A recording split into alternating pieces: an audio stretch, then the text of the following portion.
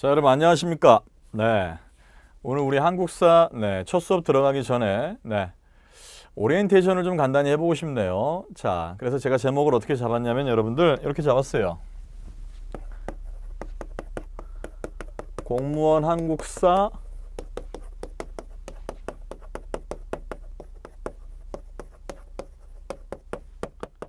만점을 위한 공무원 한국사 만점을 위한 공무원 한국사 만점을 위한 지름길 내지는 뭐 길라잡이 뭐 다른 말로 하면 방법론이라고 할 수 있겠죠. 방법론이다. 그래서 이제 총체적으로 얘기한다면 한국사 수험 오리엔테이션 이렇게 한번 얘기를 해볼 수 있겠죠. 간단하게 제가 좀 얘기를 해볼게요. 간단하게. 자, 일단 말이에요. 학생들이 우리 공무원 한국사를 어려워하는 이유가 있어요. 어려워하는 이유. 어려워하는 이유는 뭘까요, 여러분들? 어려워하는 이유는요. 어려워하는 이유는 양이 많아요.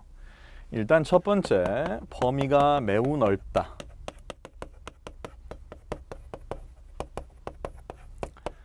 범위는 매우 넓은데 문제는 어때요? 매우 적죠. 문항수가 매우 적다. 문항수가 매우 적다. 범위가 매우 넓다. 문항수가 매우 적다. 그럼 결국 이 어려움을 극복하려면 잘 나오는 데서 많이 공부해야겠죠? 잘 나오는 데서 많이 공부해야겠죠? 잘 나오는 데서 많이 공부해야 돼요. 잘 안 나오는 데는 버려야겠죠? 그럼 여러분들 요거 해결책은 뭐겠어요? 제가 처음부터 아예 그냥 딱 단도직입적으로 얘기해 버리죠. 이거에 대한 해결책은 뭐겠어요? 기출분석이죠.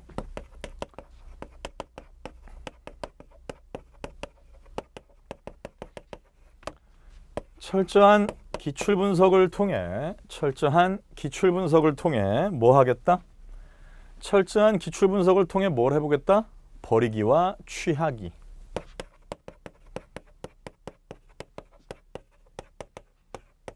이게 가능해질 때 최단기간 고득점이 된다라는 얘기죠.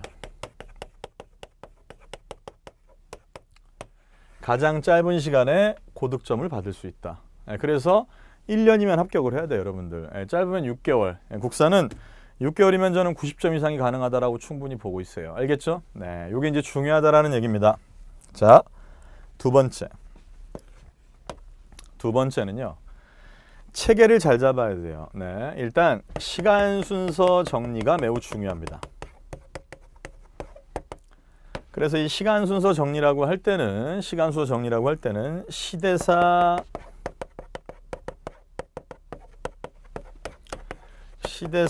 기본으로 이론을 정리해야 된다. 그래서 시간 순서 정리 관련 문제가 너무 많이 나오기 때문에 시대사를 가지고 기초이론을 닦는다. 그럼 저는 이걸 뭐라고 표현하냐면 한국사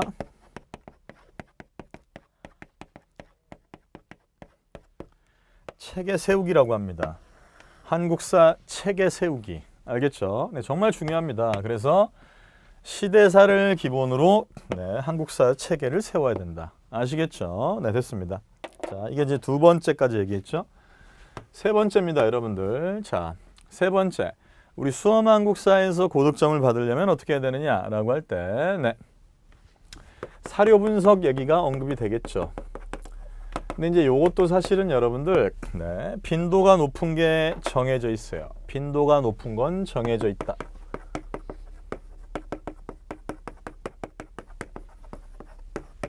어떤 빈도? 출제 빈도를 얘기합니다. 출제 빈도가 높은 건 정해져 있다라는 뜻이에요. 알겠죠? 출제 빈도가 높은 것은 정해져 있어요. 출제 빈도가 높은 것은 정해져 있다. 아시겠죠? 그래서 사료 분석이라 그럴 때 출제 빈도가 높은 것을 먼저 정리해야 된다라는 얘기입니다. 출제 빈도가 높은 것을 먼저 정리하자. 알겠죠? 네. 왜냐하면 네, 반복되거든요. 완전히 처음 나오는 사료는요 거의 잘 쓰지 않아요. 그리고 한번 처음 나왔다라고 한다면 그 다음에 두 번, 세 번 써먹고 폐기 내지는 다시 응용하고 이렇게 가는 거거든요. 그래서 빈도가 높은 거 먼저 정리하자. 그 다음에 네 번째는요 여러분들, 네 번째는요 근현대사 문제인데, 근현대사 정복이 좀 중요하다. 왜냐하면 이 근현대사에서 특히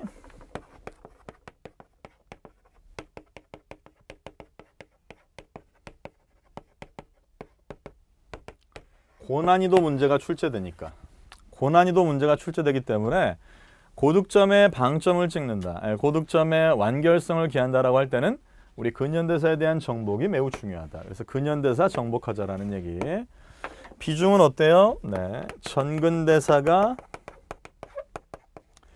12에서 14, 그리고 근현대사가 6에서 8, 전근대사가 12에서 14, 근현대사가 6에서 8 나옵니다. 그럼 준비는요 여러분들, 준비는 어떻게 해야 되죠? 준비는 14개 나온다라고 보고 준비, 근현대사는 8개 나온다라고 보고 준비. 됐죠? 네. 그래서 전근대사와 근현대사 준비를 함에 있어서 비중을 이렇게 놓고 준비하자라는 뜻입니다. 알겠죠? 네.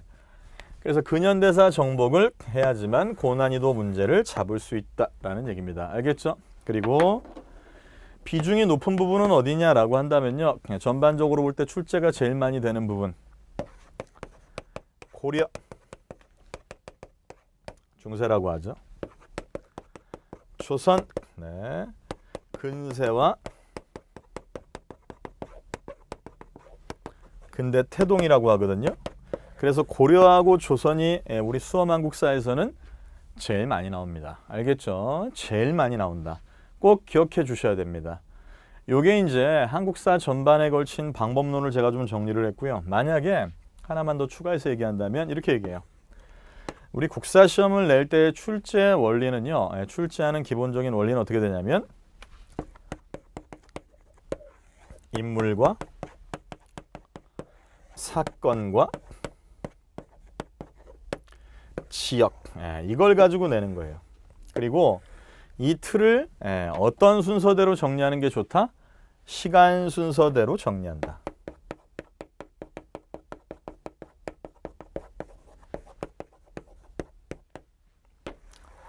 시간 순서대로 정리한다. 알겠죠? 그래서 인물과 사건과 지역을 시간 순서의 흐름대로 정리할 줄 알아야 된다, 이 얘기입니다. 알겠죠? 그래서 제가 지금 짧은 시간에 공무원 한국사 만점을 위해서 이렇게 잡아냈고요.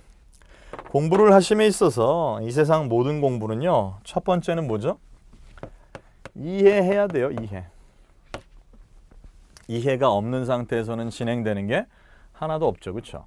먼저 이해를 하신 다음에 그리고 뭐? 암기를 하셔야 되고요. 이해하신 다음에 암기를 하셔야 되고요. 암기하셔야 되고, 그리고 반복해 줘야 되죠. 수험은 이런 겁니다. 그런데 무조건 외우는 게 아니야. 무조건 외우는 게 아니고요. 무조건 외우는 게 아니라 어떻게? 그렇죠. 외우는 요소는요. 외우는 요소는 제도, 체제, 이런 거 외워줘야 돼요. 군사제도, 지방제도, 중앙관제, 과거제도 이런 거 있죠.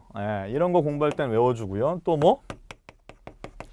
문화사에서 외울 게 좀 있죠. 그렇죠? 이렇게. 그래서 이런 틀로 공부를 하시고요. 그러면 제가 이렇게 얘기하죠. 이렇게 공부만 해주시면 여러분들, 이렇게 공부만 해주시면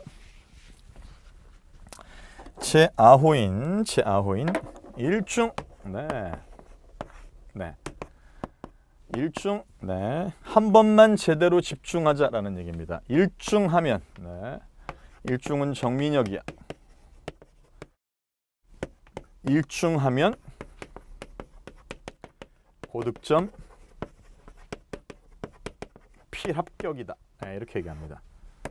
저는 여러분들의 멘토로서 여러분들이 최대한 짧은 시간 안에 고득점 받을 수 있도록 도와드리는 사람이고요. 네, 저는 자신 있고요. 제가 여러분들한테 부탁하는 거는 좀 따라와 주세요라는 얘기예요. 아니, 따라와 달라. 하시면 됩니다. 알겠죠? 하면 된다라는 자신감을 바탕으로 짧은 기간 안에 한 번만 제대로 집중해서 고득점 필합격으로 한번 가봅시다. 아시겠죠?